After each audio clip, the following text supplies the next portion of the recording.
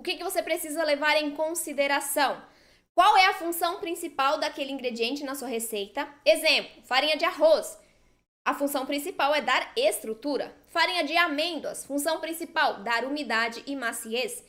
Fécula de batata, função principal, dar maciez e leveza. Então, vocês precisam conhecer a função principal daquele ingrediente na sua receita.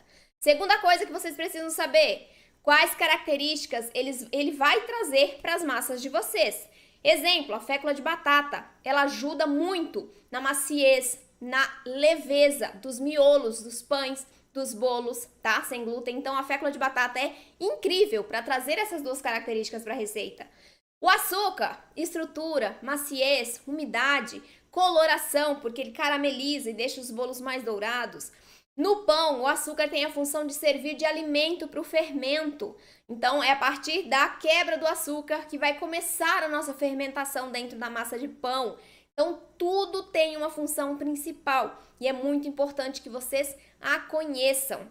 É importante que vocês conheçam quais características aquele ingrediente está levando para a sua massa. A biomassa de banana verde, um purê de batata doce. Quais são as funções, quais são as características que esses ingredientes vão trazer para a minha massa? Eles trazem maciez, trazem umidade, contribuem para a estrutura, né? Enriquecem nutricionalmente nossas receitas. Então, a gente precisa saber quais características, além da função principal, esses ingredientes também agregam. Mas se a minha farinha de estrutura, então ela não altera em nada mais a receita. Errado.